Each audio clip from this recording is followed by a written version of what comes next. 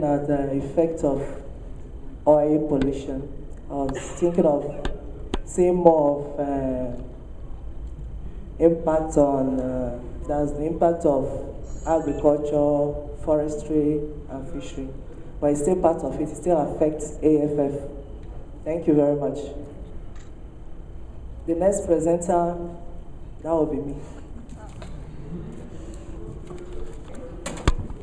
I'd just like to give you a little background on Ijeoma. She is an aquatic toxicologist with a doctorate in hydrobiology and fisheries, lecturing in the Department of Animal and Environmental Biology, University of Port Harcourt, Nigeria.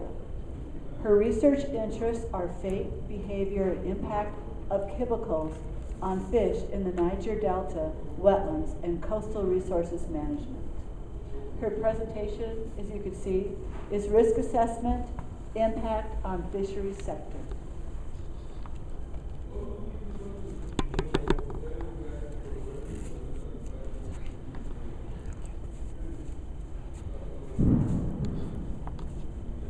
Good day, everybody. So I'm going to talk about risk assessment, impact on fisheries sector.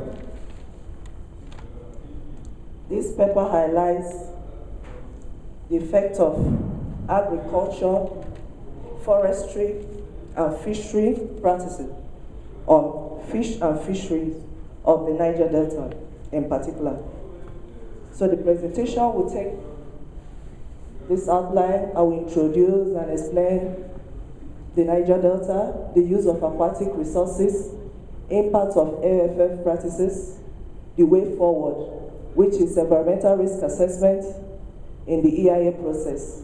Then I'll go on with the what is risk, EIA versus ERA, steps in ERA and fisheries in the Niger Delta, then conclusion. I've made a little handout in case you don't follow it, right at the door there. So we're going to talk about the Niger Delta, which is in Nigeria. Nigeria is a maritime state located at the Gulf of Guinea. We have a coastline of approximately 853 kilometers. And in Nigeria, we have up to 36 states. 9 out of the 36 states are located at the coast area, which is the Niger Delta. But at least there's always one water body in every state in Nigeria. So you can see how important fishery is to Nigeria. So the uses of aquatic resources, apart from food, the fish and the fishery products we get from it, most people settle at the coastal region. And the Niger Delta, most of the fisher folks, they have their fishing communities along the coast, very close to the water. We use aquatic resources for conservation, the wetlands, forestry, we have the mangrove. Agriculture has been done on the floodplain. Recreation, we do a lot of sporting, the fishing, mining, and oil and gas extraction. There's just some of the importance of aquatic resources. But the impact of AFF practices on the fishery sector, the mismanaged intensive aquaculture. Most times, the emphasis is moving from wild fishing. We're going into aquaculture. And when you do aquaculture, we practice on the pond for freshwater fishes. For marine fishes, we have pens and enclosure by the coastline. But when you have intensive aquaculture, there's a lot of chemical that are being put in place to control disease, one thing or the other. But at the end, there's a lot of pollution, production of effluents that contains high concentration of these nutrients, pesticides, antibiotics. Most of these are being released into the environment. Then we have the introduction of alien species to the natural ecosystem. The species that are bred for aquaculture, they are mostly bred for traits, faster growth, resistant to disease, and other ones. But when they are accidentally released into the environment, they tend to compete with the native species. And most times they tend to be stronger. They prey on the smaller fishes, they compete with them, and at the end, they might suppress most of the native species. Then there's always demand on land and water resources. Sometimes there's clashes between the farmer and the aquaculture businessmen because they make use of the land, they make use of the water. They might not have enough water for irrigation and other things. So there's always clashes between the fisher folks and the farmers.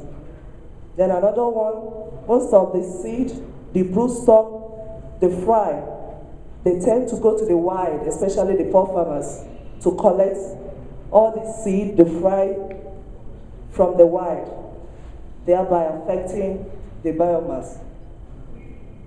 Then we have extensive fishing and fishing related activities.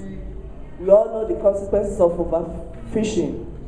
We tend to take a lot of organisms from the water, and sometimes there's change in the species composition because we tend to take the bigger fish, and by the time when there'll be no bigger fish to take, we take the smaller ones, thereby fishing down the food web because we have to collect the fish.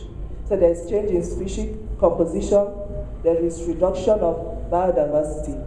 Then when we look at fishery-related activities, most times the fishing vessels, they dump most of their waste into the water. Sometimes the chemicals they use unwanted organisms in the fishing vessels, pathogenic organisms are being released by the fishing processing plants and also the fishing vessel. Most of the fish processing plants, they're always very close to the coast, and they use a lot of chemicals and which are released into the water. Also, there's uncontrolled harvest of raw materials, especially in the Niger Delta. We use most of the mangrove to construct canoes, the fishing gears, and we also take materials there to produce feed. Then the problem of fishing methods. We tend to use explosive. The problem with the fishing method is either the chemical we use or we use the wrong fishing gear. We use explosive, the dynamites, the chemicals, the poison, we use them for fishing. Especially in the Niger Delta is being practiced. Then there's intensive use of trawlers and other mobile bottom gears like the dredgers. They are capable of being drawn at the ocean or the water bottom. They tend to scrape as they're sliding and they take everything they find on their way. Then you also have the ghost fishing. Sometimes some of these fishing gears are abandoned or lost and they continue to fish, to catch fish until the gears fail.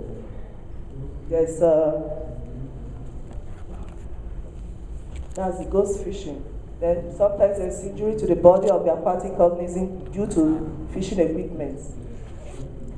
Then there's the use of non-selective fishing gear that take a lot of bycatches.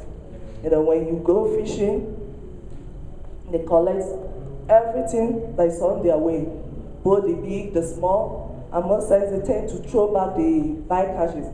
And some of these fishes, they cannot survive the trauma of being brought out of the water and thrown back. Apart from catching the fishes, there are other organisms. Sometimes the marine mammals are being affected. Apart from taking their food, they're also being caught in the nets. And we look at agriculture/farming practices. We use agrochemicals in agriculture. Most of these chemicals are being the fishes are being exposed to these chemicals. And we know the effect of contamination and contaminants in high concentration. They tend to cause physiological, morphological, and biochemical changes, and finally, and by result to death in fish. When we dam water for irrigation, they greatly distort hydrodynamics of the water, and they alter the aquatic ecosystem, thereby impacting negatively on the aquatic life. And we look at forestry. Conversion of the mangrove forests and destruction of the wetlands have resulted in physical degradation of the coastal habitats, salinization of agricultural and drinking water supply, loss of eco-services, drop in productivity of coastal and inland fishery. We all know the importance of mangrove. The tropical mangrove is very important. They are site for breeding for most of the fishes. And most wetlands, they're always very reproductive. So when you remove the forest, you remove the mangrove, you remove the covering for most of these fishes, you distort the normal flow of the water, and most of the ecosystem services are being lost. This is a general picture of what happens. You can see they are all interrelated and they affect each other. LFF has a way of producing chemical, biological, thermal, and physical load, which impact on the water and soil quality, also the water and land use. They affect the fishery and also the fish.